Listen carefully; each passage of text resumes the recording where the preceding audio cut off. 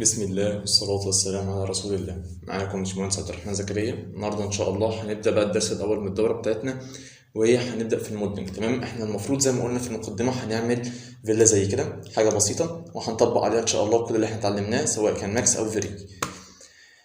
المرة دي الدورة دي مختلفة عن الدورة اللي فاتت، إن احنا هنشتغل من ملف أوتوكاد، فهنروح للماكس بتاعنا ونبدأ نعمل تصدير للملف. طبعا الملف هتلاقوه تحت الفيديو.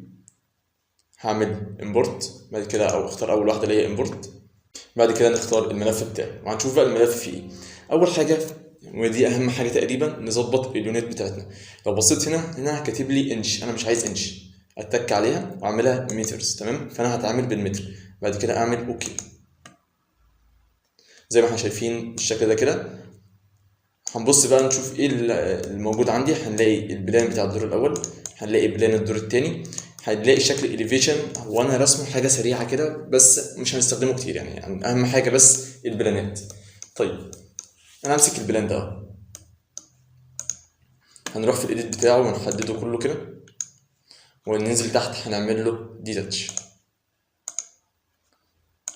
ايه اللي حصل؟ انا اخدت ده كده لوحده. تمام، الشبابيك دي نمسحها مش عايزينها، والباب ده نشيله، يتبقى لي دول كده بس. عشان طبعا في الدوره اللي فاتت احنا كنا بنعمل ايه؟ كنا بنشتغل بالخيال، بنجيب بوكس ونعمل كونكت اكسترود الكلام ده كله. المره دي الحكايه ابسط من كده. المره دي احنا بقى نبدا نستخدم الاشكال ال 2 دي. انا عايز دي الحيطه بتاعتي والشكل بتاع الحيطه بتاعي، انا عايز ابدا اطلعه بالاكسترود.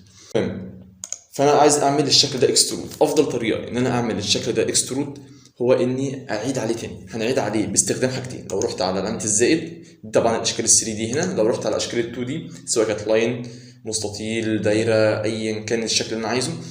تمام، انا هستعمل اللاين ريكتانجل. تمام، الشكل ده كده انا هبدا اعمله باللاين. يعني انا هغير اللون، اخليه مثلا احمر، اي حاجه كده، وامسك اللاين، اشغل السناب، وابدا بقى واحده واحده. ابدا من اول هنا كده وابدا امشي عليه لحد ما اخلصه.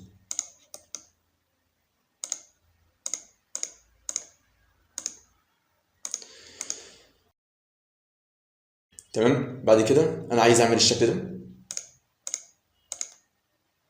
هنعمل كله طبعا، بس في حاجات محتاجه خط هنعملها بالخط مره واحده. بعد كده الحاجات اللي محتاجه اعملها بالمستطيل على طول هنريح دماغي ونعملها بالمستطيل زي ما هنشوف دلوقتي. اتاكد ان احنا بنقف على كل نقطه بالظبط. تمام، بعد كده في دي نعملها برضو.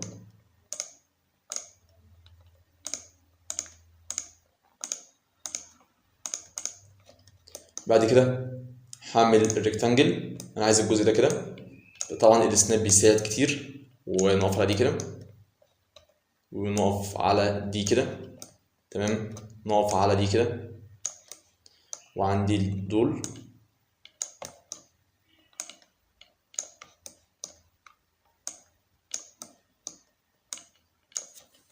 بالشكل ده كده.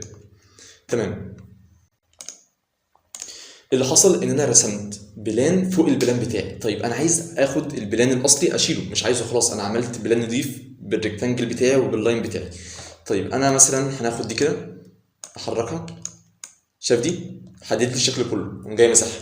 انا كده مسحت القديم خلاص. عايز ارجع دي مكانها بالسناب، اجيبها من محاذاه النقطه دي كده. كده هي رجعت مكانها، نطمن اكتر. لو مسكت دي كده فهجيبها في محاذاه دي فتمام. طيب احدد الشكل ده كله، اعمل له، نروح بقى في الايديت هنعمل له اكسترود. شوف بقى انا عايز الحيطه ارتفاعها كام، مثلا نخليه 4. وتعالى نشوف الشكل بالشكل ده كده. لو وقفت هنا اعمل كليك يمين كونفرت تو اكسبور بولي. عايز بقى اتعامل مع الدور اكنه حاجه واحده. تمام، وما انا جاي عامل لكله اتاش عشان يبقى الدور على بعض. فانا هناخد دي وناخد دي وناخد دي ودي ودي ودول كده، ما ننساش حاجه. تمام، اهو بقى حاجه واحده كده. تمام، نفس اللي انا عملته هنا هروح اعمله هناك. نفس النظام، هنيجي هنا هنرسم. شوف بقى انا محتاج ارسم لاين بالشكل ده كده.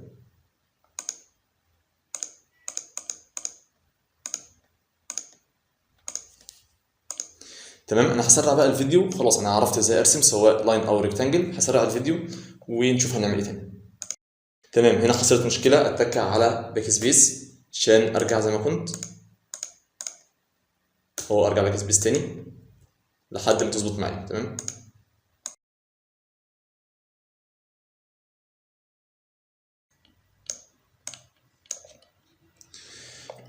تمام. انا هحدد، او اسف ديليت، نيجي هنا. انا بعد ما حددت كل الحيطه بتاعتي احدد الجزء ده كله. اللي حصل ان انا حدد لي الكات بتاعي. ليه؟ انا ما عملتش ديتاتش هنا، دي كنت عملت لها ديتاتش فاشتغلت عليها لوحدها.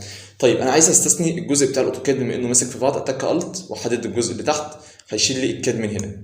تمام. فده هاخده بعيد كده.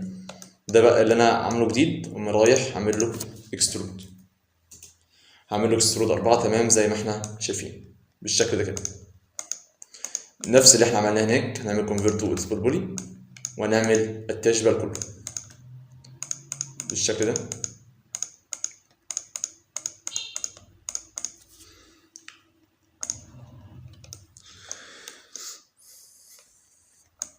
دلوقتي بقى هنبدا نستفاد بالشكل بتاع الاليفيشن، هنشوف ممكن يساعدنا ازاي. انا مش محتاج ده خلاص، فانا هروح كده احدد ده كله، الخطوط كلها، وقوم جاي اعمل لها ديليت. تمام. اروح بقى للاليفيشن بتاعي، وما انا جاي واخد منه نسخه احتياطي واخلي نسخه على الارض. تعال بقى نشتغل على النسخه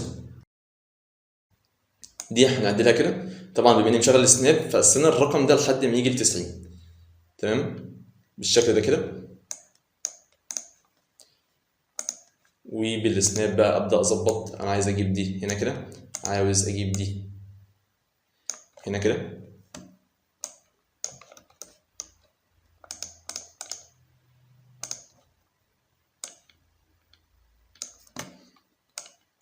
زي ما احنا شايفين كل حاجه منطبقه على اللي انا عايزه. تمام.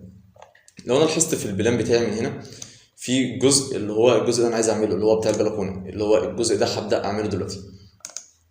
فلو رحت على البلان اللي على الارض هبدا اعيد عليه الحته اللي هي بتاعت البلكونه دي. تمام. فانا هروح على الريكتانجل من هنا وقوم جاي شادد دي كده للاخر، بس خلاص كده. بعد كده اعمل لها اكسترود. انا هسيبه 4 مؤقتا. طبعا ده هنلعب عليه، يعني هو زي ما احنا شايفين هو مش حته واحده اصلا. لو بصيت للصوره هتلاقي جايه بتعريجه كده عامله زي حرف ال كده مثلا، فدي هنظبطها دلوقتي. دي هنعدلها كده نخليها 90. تمام. لا ميرت كنترول زد، ابدا كده اميلها، انا عايزها 90. احاول اظبط بقى، جاي واخد دي فوق دي بالظبط.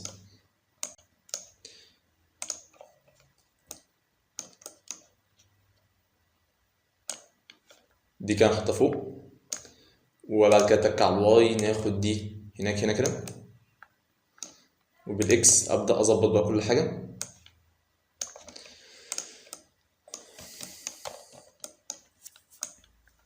تمام. لو بصيت من هنا بقى هنلاقي نوعا ما ان كل حاجه منطبقه زي ما احنا شايفين، والجزء اللي هو بتاع البلكونه ده، او الجزء بتاع البلكونه والسقف يعني في مكانه مظبوط. تمام. كليك يمين كونفيرت تو اديتابل بولي عشان ابدا اظبط كل حاجه. مبدئيا كده الجزء ده انا عايز امده لحد هنا كده. بعد كده بقى انا عايز اعمل الجزء ده، يعني لو انا بصيت هنلاقي الحته دي طالعه، فانا عايز اعمل الحته دي.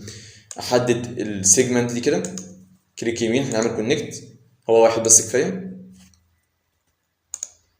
تمام. لو اللون هنا مش واضح انا ممكن اغير اللون ثانيه، نخليه مثلا كده.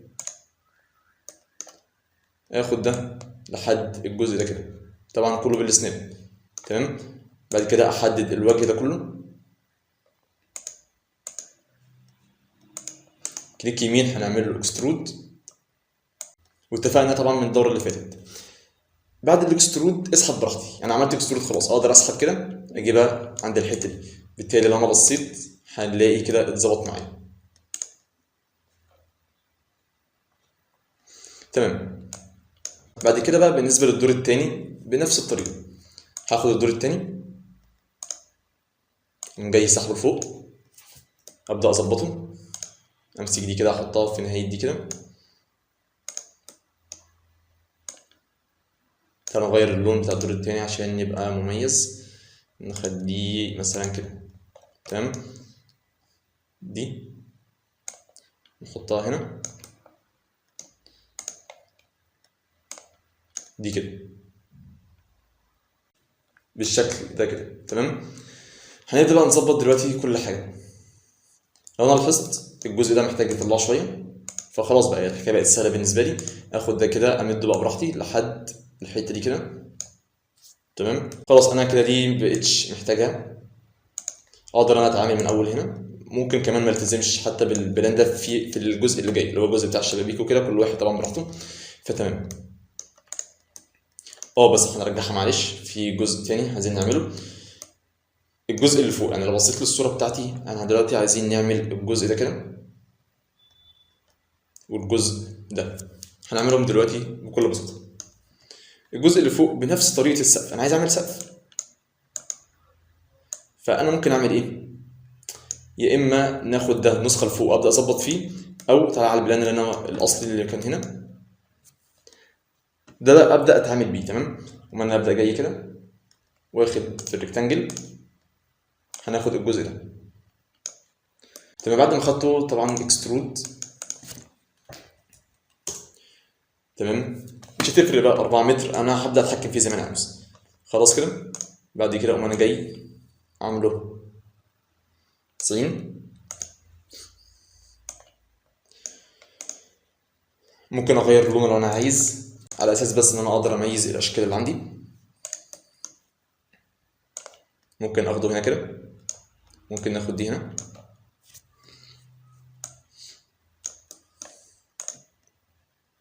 ممكن اخد دي كده، وابدا اظبط بقى براحتي. يعني خلاص يعني الحكايه سهله. هو الماكس تقريبا مش معضله، يعني الناس ممكن تكون مرغوبه منه عشان مثلا متعوده على برنامج تاني فتلاقي النظام هنا مختلف، ده طبيعي، مش معنى كده ان الماكس صعب. اي حد يقدر يتعلم ماكس، هي الفكره انت مش عارف تتعلم ماكس ولا لا، هي الفكره انت اكتشفت انك عارف الماكس ولا لا، هي دي بس الموضوع كله.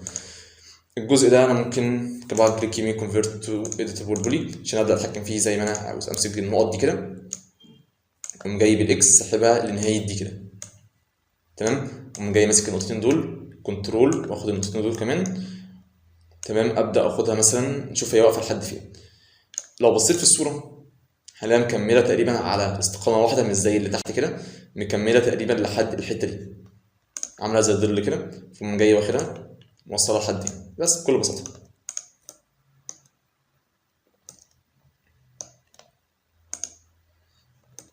تمام، وما انا جاي لو بصيت كده دلوقتي الجزء ده عايز اخده من الحيطه اوصله لحد الحته دي، اللي هو انهي الحته دي كده بالظبط. انا عايز اعمل الجزء ده كده، ما هو مش موجود عندي هنا. وما انا جاي ماسك الدور التاني نفسه، الجزء ده كده مع الجزء ده كده كنترول، نعمل له كنترول، بعد كده نعمل له كونكت، ده مع ده كليك يمين هنعمل له كونكت. تمام، بعد كده بالاستناد ابدا اظبط، شوف انا عايز دي فين. ممكن الخط ده كده بدل ما هو كده ابدا احطه عند النقطه دي، هيظبطها لي. حتى لو انا عندي مثلا بالشكل بتاعي مش باين ان دي قصاد دي بالظبط، بس هو كده ظبطها لي فعلا. اقدر امسك الحته دي كده ما اسحبهاش، احنا قلنا الكورس اللي فات ان احنا ما ينفعش نسحب، الشكل مش هيبقى لطيف معايا. تمام، كنترول زد هنعمل له كليك يمين اكسترود اي قيمه، بعد كده ابدا اسحب زي ما انا عاوز. ممكن احطه هنا كده بالشكل ده. دلوقتي انا فاضل لي ايه في الهيكله الاساسيه بتاعتي؟ فاضل لي اعمل الشبابيك، اعمل العمدان اللي هي العمدان بتاعت البلكونه من هنا. تمام، ممكن اعمل الابواب كمان، ممكن طبعا لو بصينا في اللاندسكيب نفسه اعمل الطرقه دي وحمام السباحه وكل الكلام ده هنبدا نظبطه. بس هننهي الدرس لحد كده عشان ما يبقاش الدروس تقيله، وشكرا لكم.